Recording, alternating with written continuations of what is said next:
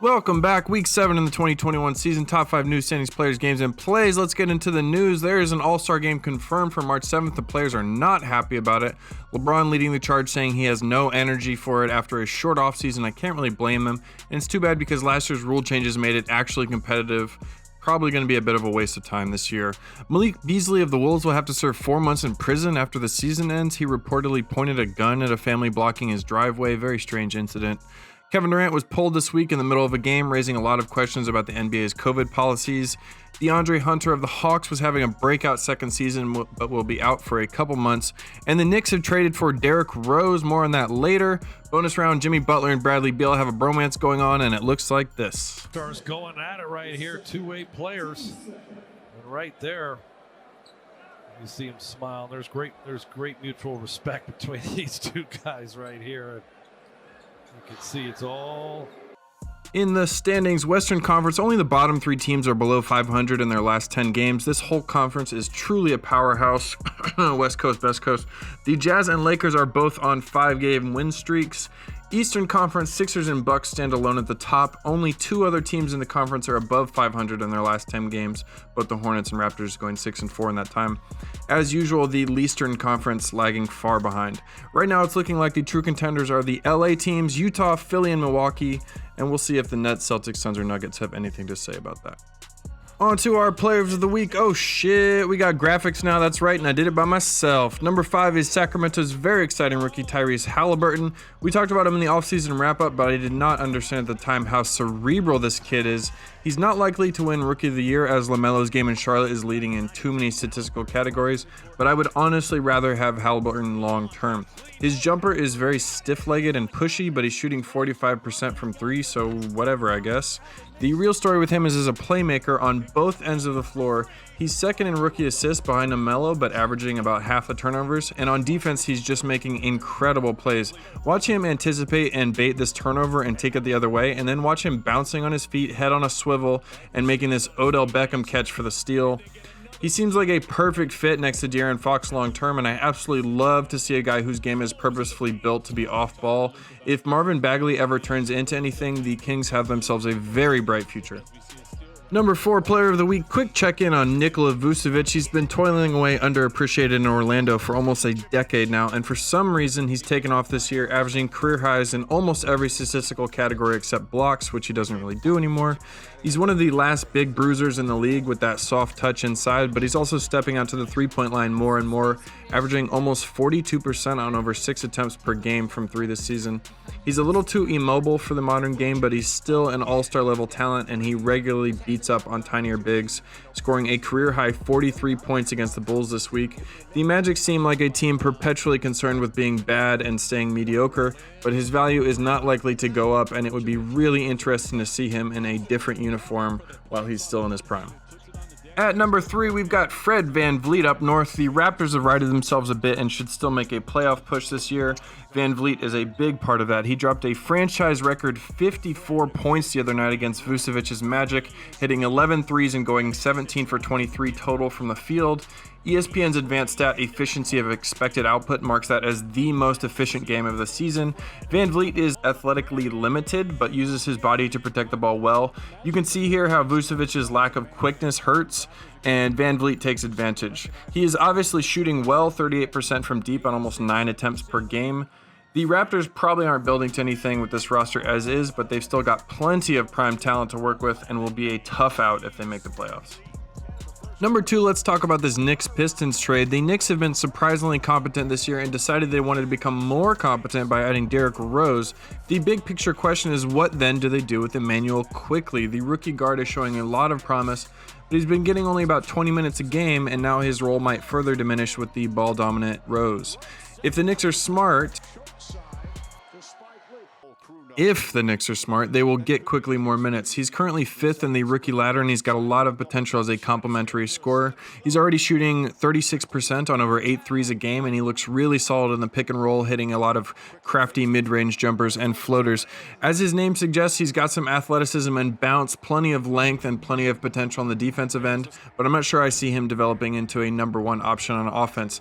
But as the 25th pick in the draft, New York should be very happy with his early returns. Dennis Smith Jr. was on the other end of the Derrick Rose trade, but has been injured a ton and never looked good in New York. If he recovers in Detroit at all, we'll cover him in the future. He's still very young. That means we're focusing on the youngest MVP of all time, the once and future Knick, Derrick Rose. Rose last played for the Knicks in 2016, where he was pretty solid but had his real career resurgence in Minnie in Detroit. The Knicks are under 500 and can maybe sneak into the playoffs through the play-in tournament, but they just don't have enough star power right now to be doing anything other than building talent. Rose is reuniting with coach Tom Thibodeau, which is a cute story, but at best gets them thrashed in the first round by Philly or Milwaukee. Rose's game is still uniquely violent and should be fun to watch next to the Knicks' youth, but I personally would rather have seen him as a backup point on a true contender. I think we can all agree if Pooh Bear doesn't get a ring someday, we riot. Heading over to our games of the week, on Monday, the first Phoenix and Dallas faced off and it came down to the final shot. Let's take a look at how it played out and who played the hero. Right down the paint, he missed the layup. They're down 2. Porzingis. It's Phoenix basketball. Here's Paul. Dallas has a foul to give. Booker on a 3. Smith the inbounder. Paul plays off. Inbound Doncic. Elevates from deep. Last second heroics by Devin Booker. Also on the first, Charlotte faced off against Miami, went to overtime after the Hornets recovered from a 10-point deficit with 3 minutes remaining. Malik Monk scored a career-high 36 points, and Charlotte finished comfortably in overtime. Against Duncan Robinson. 4:05 left in the OT. Oh, what a pass. Now you see what makes LaMelo Ball so special. Graham against Tyler Hero. Step back 3 ball. Yikes. 4 on the shot clock. No foul. Graham fires. That's a dagger. The next day on the 2nd in Brooklyn, the Clippers and Nets faced off. Plenty of star power here, gaudy numbers all around, including a season-high 39 from Kyrie Irving. The Nets still have their issues, but they're putting together their offense pretty quickly and got the win here, sealing the deal in the final possession against a true contender. They get it in cleanly. Harden gives it up. Durant drives in. Brooklyn. And the Nets decide to foul. Nets find themselves in another potentially hairy situation. Harden goes long. Green ball fake. Layup is good and a foul. In LA on Saturday night, the Lakers and Pistons went to 2 overtimes. Plenty to show you here. Lots of turnovers from the Lakers and some hot shooting from the Pistons, but it was the King himself that put an end to things, burying clutch threes in the second overtime and putting the game out of reach. Plumlee staying in front of him. Shot clock at 5. LeBron to the basket. Schroeder turns the corner, wraps it around Jeremy Grant. Avoided the steal try by LeBron James. Takes it to the baseline. Flips it up. Clock at 4. Now it's at 3. He'll turn and fire. And Fleekling in his entire arsenal. It is at the free throw line. Valuable time flicking away. he steps back, guns for 3, and it's through. And finally, also on Saturday, the Warriors faced the Mavericks. Dallas got out to an 18-2 lead to start the game, but Steph Curry went nuclear with 57 points, and it came down to the final minute. Luka Doncic matched his own career high with 42 points, and it was his assist to Maxi Kleber that ended things, spoiling Curry's big game and adding to the Luka legend. Kleber back out, Doncic, three-pointer, bang! Doncic trying to track Curry.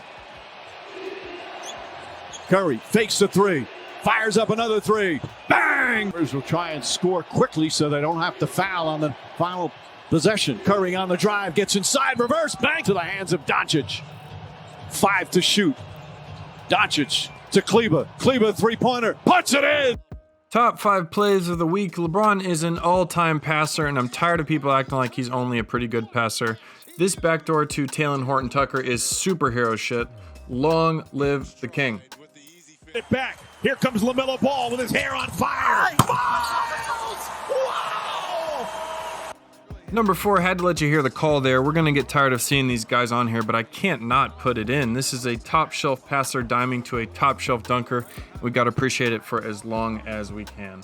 Number 3, the ultra dark horse for Rookie of the Year. Cole Anthony gives me Chris Paul vibes a little bit, and I love how much of a gamer he is. Somehow throwing this back with authority at 6'2". With the starting job in Orlando, I think he's going to grow into something more than just your typical point guard. Number 2, I brought up Tyrese Halliburton's anticipation and instincts earlier, and this was my favorite play of the bunch. Watch him recognize this play as it's unfolding, hustling back to the top of the key, getting a full 2 steps in before Grant Williams releases the save. That's winning basketball and will probably be underappreciated until the Kings start contending. Super fun to watch. At number 1, gotta go super slow-mo classical music here because this is poetry. I haven't seen something like this in the league since Bird and Rodman. Dennis Schroeder laying out not once, but 2 times in a random regular season game.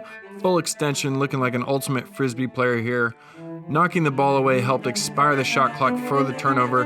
This is what 5x5 is all about. I'm not sure how the rest of the league is going to handle this team.